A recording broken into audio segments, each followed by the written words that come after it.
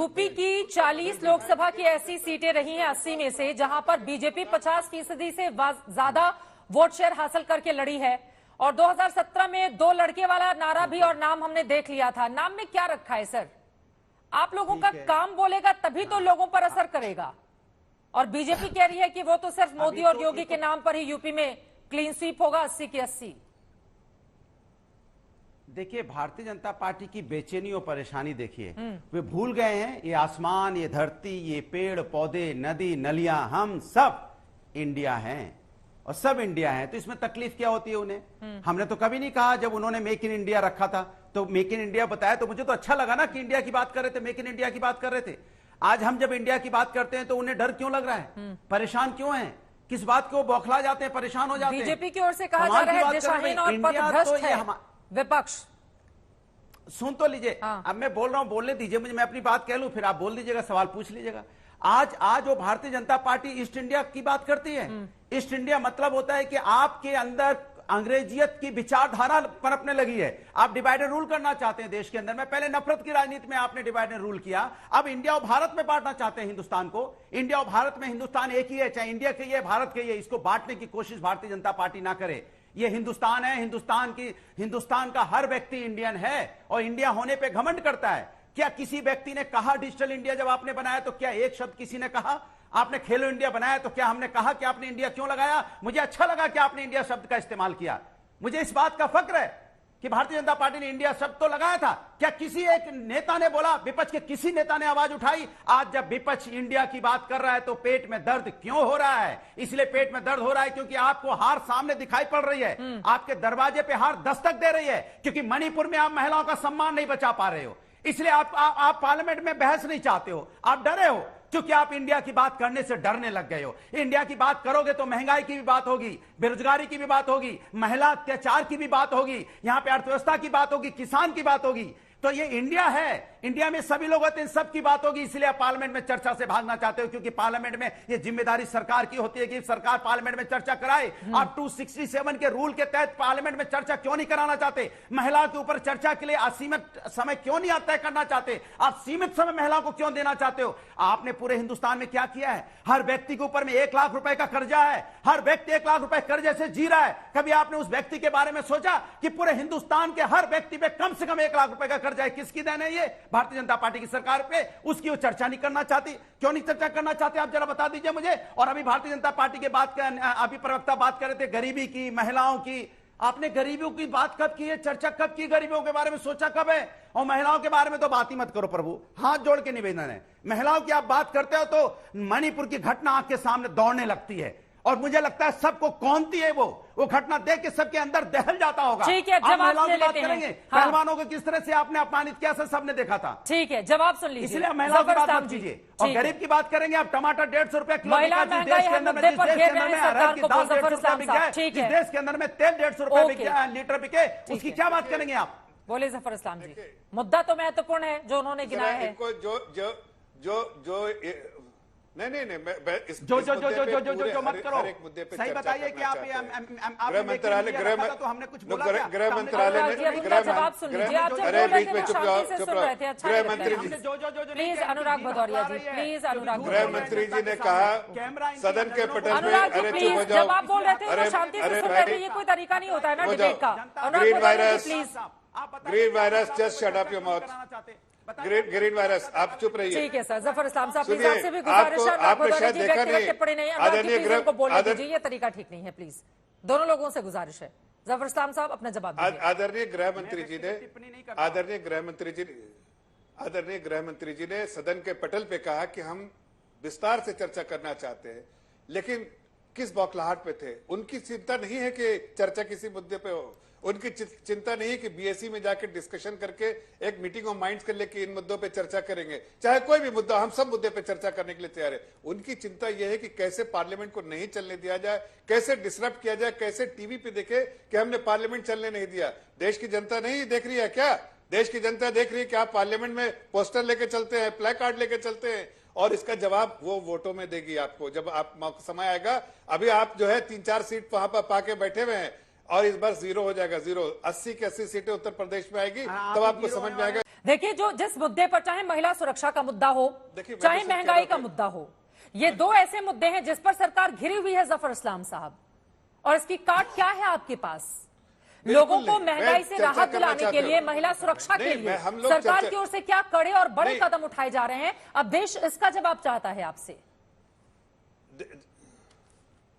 देखिए चित्रा जी, आदरणीय गृह मंत्री जी ने कल बोला था सदन के पटल पे हम चर्चा करना चाहते हैं जिस मुद्दे पे, अगर मणिपुर पे चिंता करते हैं, चर्चा करना चाहते हैं, हम करना चाहते हैं। आप राजस्थान पे चर्चा करना चाहते हैं, हम वहां करना चाहते हैं, हम छत्तीसगढ़ पे चर्चा करना चाहते हैं, करना चाहते हैं, लेकिन इन्हें नहीं करना है चर्चा। दूसरी बात, जहां तक महंगाई की बात है, महंगाई पे हम बात करना चाहते हैं। इन्फ्लेशन का जरा डिटेल निकाल के देख लीजिए, वे बीजेपी के समय कितना ये था, और जो महंगाई दर बीजेपी के समय पूरा साल को उठा के ले लिए, कांग्रेस के समय, यूपीए के समय और बीजेपी की जब सरकार रही तब समय, हर वक्त मैं आपको एक चार्ट दिखाता हूं, हर समय बीजेपी के समय इन्फ्लेशन जो है, जो जिसको बोलते हैं सीपीआई इंडेक्स, जो महंगाई दर नापता है, बराबर कम हुआ है और इनके समय बराबर बढ़ा रहा है। आप यूक्रेन वार के बाद भी पूरे दुनिया में जब इन्फ्लेशन बढ़ रहा है, महंगाई दर बढ़ रहा है, वहां भी कंट्रोल करने में हम सक्षम रहे, ये अपने आप में बहुत बड़ी जीत है। लेकिन एक बात कहना चाहता हूं कि ये टमाटर की बात करते हैं, ये सीजनल फैक्टर की वजह से कभी कभी हर चीजों का दाम, और अभी नहीं, आप फिर भी बैक टेस्टिंग कीजिए, पुराने डिटेल्स को निकालिए, थोड़े समय के लिए टमाटर, बहुत सारे सीजनल फैक्टर की चीज की दाम बढ़ती है। उसका वजह क्या थी? उसकी वजह यह थी कि इन लोगों ने, कांग्रेस की सरकारों ने कभी ध्यान ही नहीं दिया कि कोल्ड स्टोरेज बनाए या फूड प्रोसेसिंग यूनिट बनाए, बैकवर्ड इंटीग्रेशन करे, फॉरवर्ड इंटीग्रेशन करे, वो सारी चीजें इस सरकार में हो रही है। हमने किया ना, आज देखिए कुछ 15 दिन 20 दिन के लिए समझ में आ गया, बाकी लोगों के पास भी जाते हैं। नहीं, अगले आपको पूरी बात कर लीजिए, अगले महीने में आप 20 रुपए किलो टमाटर बिकेगा, और 2022 के रेट निकालिए, 2022 के और 21 के रेट निकालिए, क्या आपको फर्क नहीं पड़ा?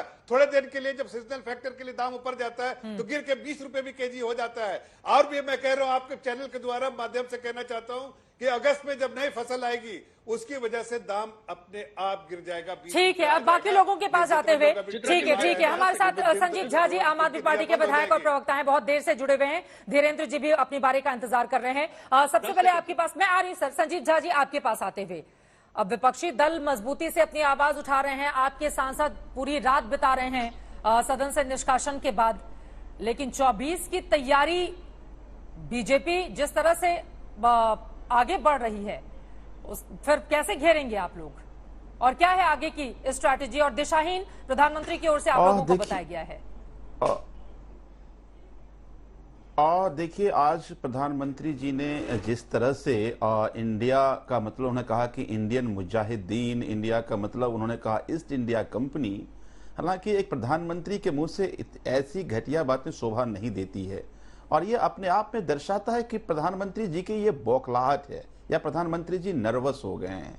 एक बात समझिए कि आज प्रधानमंत्री कहते हैं कि इंडिया का मतलब इंडियन मुजाहिदीन, तो मुझे लगता है कि क्या उनको इंडिया में मणिपुर में जो हिंसा हो रही वो नहीं दिखाई दे रहा? क्या इंडिया में वो महंगाई उनको नहीं दिखाई दे रहा? क्या इंडिया में बेरोजगारी उनको नहीं दिखाई दे रहा? क्या इंडिया में जो महिलाओं के साथ अत्याचार है वो नहीं दिखाई दे रहा है? तो इसका मतलब ये है कि आज अगर उनसे सवाल पूछा जाए जो महिलाओं के साथ अत्याचार हो रहा है उस पर, तो उसको कहते हैं तुम ईस्ट इंडिया के लोग इंडियन मुजाहिदीन हो। अगर इनसे सवाल पूछा जाए कि आज महंगाई क्यों हो गई, तो देखिए क्या कहते हैं, इंडियन मुजाहिदीन हो, ईस्ट इंडिया कंपनी के लोग हो।